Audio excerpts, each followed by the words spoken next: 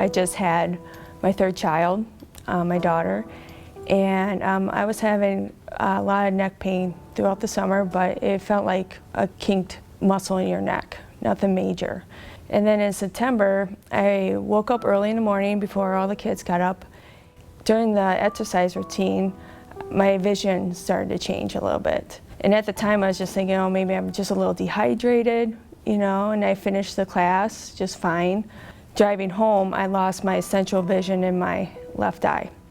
And I was like, what the heck's going on, you know? And I drove home and I got the kids ready for school. And my vision came back, but it was very blurry or smudgy in areas. And I still went on day-to-day life. I still exercised, I still raised my family, I still went to work.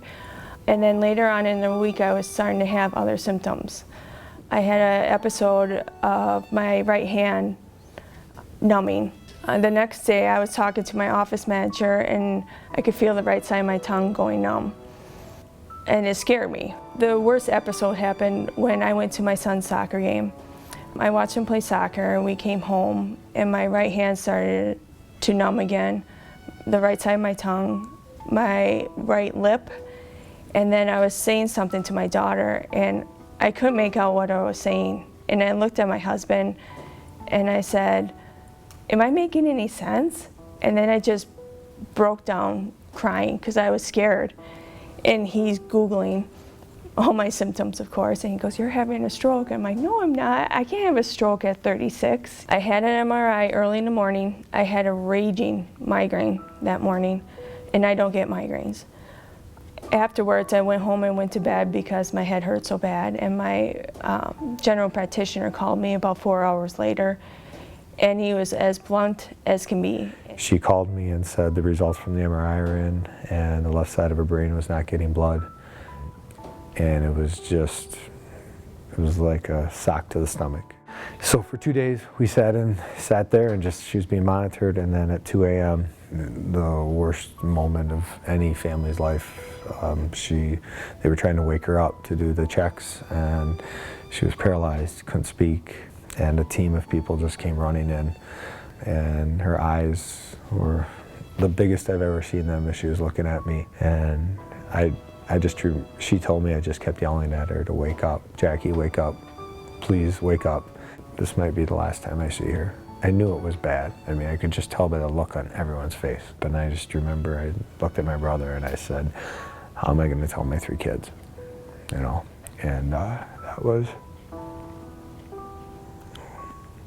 probably the hardest point I've ever had in my life. I kept having those 3 little kids in the back of my head, and I was watching her. And she wasn't moving, wasn't breathing, and we didn't know what was going to happen.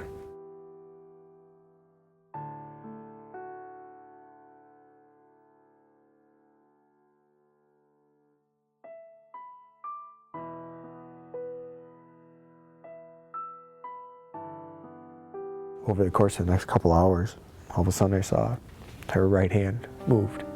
And the neurosurgeon looked at us and he said, it's a huge positive. And then all of a sudden you started to see more movement from her body, and then all of a sudden she coughed. And they're like, that is a huge sign, because that means we can we're going to take the breathing tube out. You know, I can't say enough, the UW Hospital, the neurosurgeons, the nurses, what they did as far as just taking care of our family, taking care of her, the research, obviously all the hard work put in, saved her life. After I had my stroke and I went through this whole ordeal of surgery and rehab, I realized that research and education are the most important things. And the basis for that is through the American Heart Association and the American Stroke Association. I have learned so much about stroke and how things within your body work, and that at any age you can have heart disease, you can have stroke, and I think it's very important for the public to know that.